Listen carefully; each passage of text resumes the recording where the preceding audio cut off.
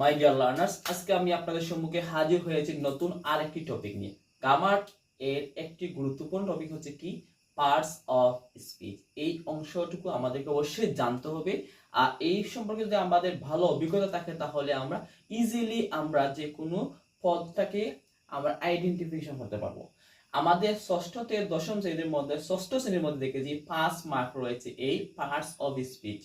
মানে কি বলা যায়, identification of parts of speech. যদি ছাত্রছাত্রীরা ইজিলি তারা আইডেন্টিফিকেশন করতে পারে কোন পার্টস অফ স্পিচ পড়ছে এই শব্দটা, তাহলে তাদের এই জায়গায় মার্ক পাবে 10টি, সঠিক মার্ক দিতে পারলে 5 মার্ক পাবে।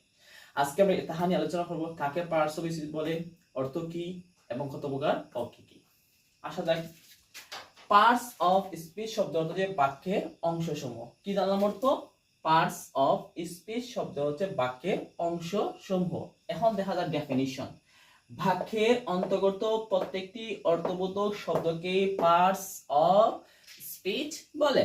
আবার বলি, বাক্যের অন্তর্গত প্রত্যেকটি অর্থবোধক শব্দকে পার্টস অফ স্পিচ বলে।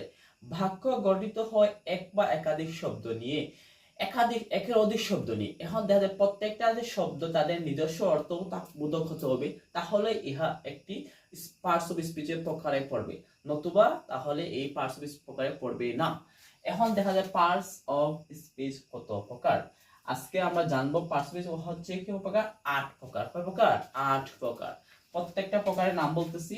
নাউন, 2 নম্বরে প্রোনাউন, 3 নম্বর হচ্ছে অ্যাডজেক্টিভ এবং 4 নম্বর হচ্ছে verb, adverb, preposition, conjunction, interjection. আমি আবার রিপিট করি। Noun, pronoun, adjective, verb, adverb, preposition, conjunction, last one is interjection. এই শব্দগুলি হচ্ছে, এই 8টা প্রকারই হচ্ছে পার্টস অফ স্পিচের প্রকার। আমরা এই 8 প্রকার সম্পর্কে আস্তে আস্তে ধীরে ধীরে নরমালি আমরা সামনের ক্লাসগুলিতে ইনশাআল্লাহ জানার চেষ্টা করব। Thanks for watching my video.